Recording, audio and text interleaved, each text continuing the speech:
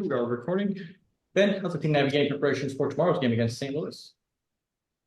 I think the team is ready to go, and it was a good week of training. We have a pretty good idea of what St. Louis offers. Seeing them twice already this year, although they're in a better form now, I would say, and doing things a little bit different. They're back to their normal ways. In CONCACAF, I think we're adjusting and playing with a little bit of a different structure, but again, the principles of play for them don't change. You can kind of understand it, but still very, very difficult to deal with. So again, it's a game of focus. Things happen very quickly, good in transition. It's a physical game. And on their day, they're one of the best teams in the league. So it's going to be a very tough task, but one we're looking forward to. Getting back out on the field at home after a tough 2 weeks. But again, I think we take the emotion out of it. We're still a work in progress, and been able to get enough results to keep us in this thing right now. And tomorrow's just another opportunity to grow and show that we can go against one of the better teams in the league. Thank you for that. Joey, go ahead. Hey, Ben. Joey? So no Griffin Dorsey this week.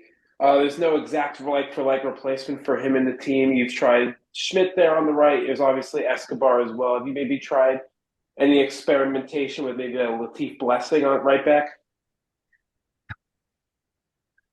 Well, if I was, I wouldn't tell you, Joe. But Latif is responsible enough defensively to do that, and a little bit more of an offensive way.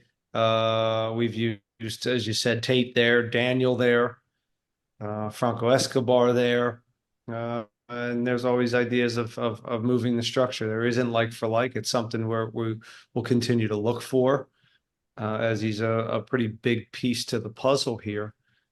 So we'll have to adjust, and that's what we've been doing, and that's a little bit what we're used to this year. So I expect the next guy in there to do the job, and most of our principles and how we're going to go about the game doesn't change.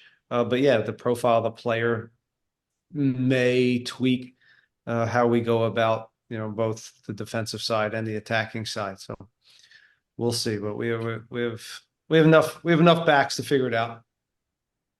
So Joe Klaus is hitting some incredible form for St. Louis right now. What goes into game planning against a striker like him who seems to be good at almost everything? Yeah, that's it. That's it. You try to take away everything. Uh, as you know, that's a very difficult thing to do against a big time forward, whether it's his running in the box, coming across your face, fading on the back, create his own shot at times, his physicality, his hold up plays. He's actually a good passer as well. He can provide. It's not a lot he can't do, and he's good in the air too. So he's a big boy. So it's a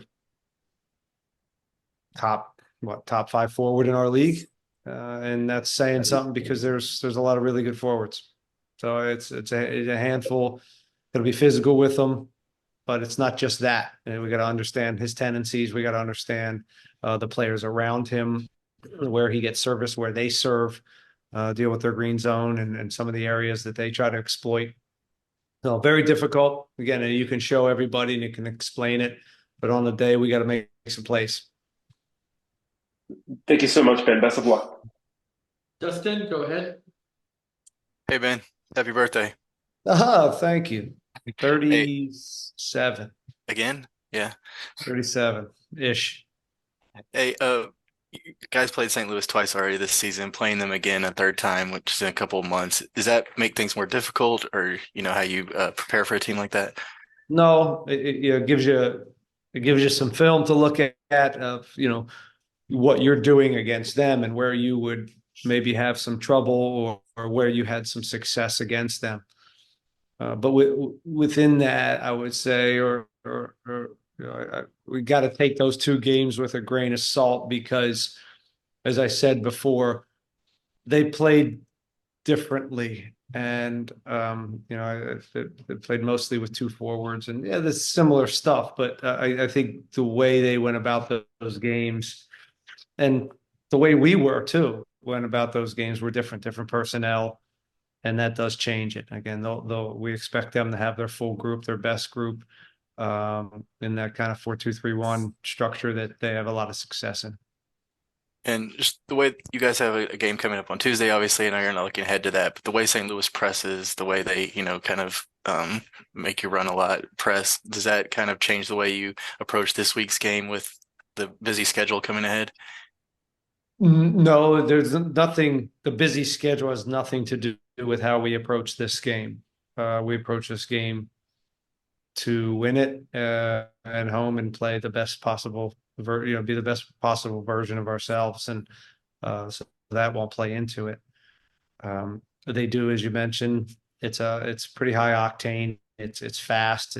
They want to turn you over, and when they do turn you over, they're as good as anybody in the league at capitalizing on that, right? So a lot of teams turn you over, but they're not good in seeing out the next level. And they've got really talented players that when you turn the ball over, they're well rehearsed in how to get there, and then they have high quality to finish off plays. So that's the scary part that comes with them.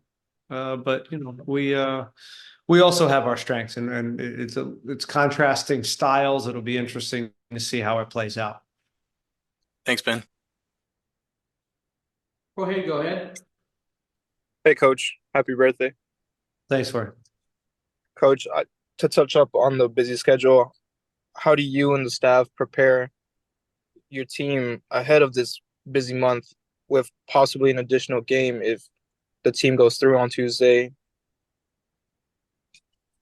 Day by day, baby. We haven't even mentioned the Open Cup. I got people prepping for Detroit though, and also Kansas City. But as far as what we're talking about within these walls is St. Louis and how we go about winning this, and then after the game we'll put all focus on Detroit, and when we get past that game, we'll focus all in on KC. It's just how we've done it. Of course, there's a lot of legwork behind the scenes to make sure we have the right information, and we got a deep staff that starts to work ahead of time. But I don't work ahead of time. I work in real time, and so does a majority of my staff. And then we'll so then when we get to, I'll say, when we get to the Open Cup now, then it becomes, once we get Saturday, Wednesday, Saturday, then you start to think about the puzzle of this, and okay, who can we play on Tuesday to still have success on Saturday? Which guy needs minutes, but what team can we still have success against Detroit? So that stuff will all happen. It happens a little bit, but mostly that will go down on Sunday. And I just wanted to ask you how players are doing status-wise. Franco Escobar, Eric Sviatchenko, Ache, and Sebas Ferreira. Everybody's looking pretty good. So we still have some last-minute checks here on some guys that are questionable, but we're looking pretty good right now. Thank you, Coach. Best of luck. Anything else here for Ben before we wrap up?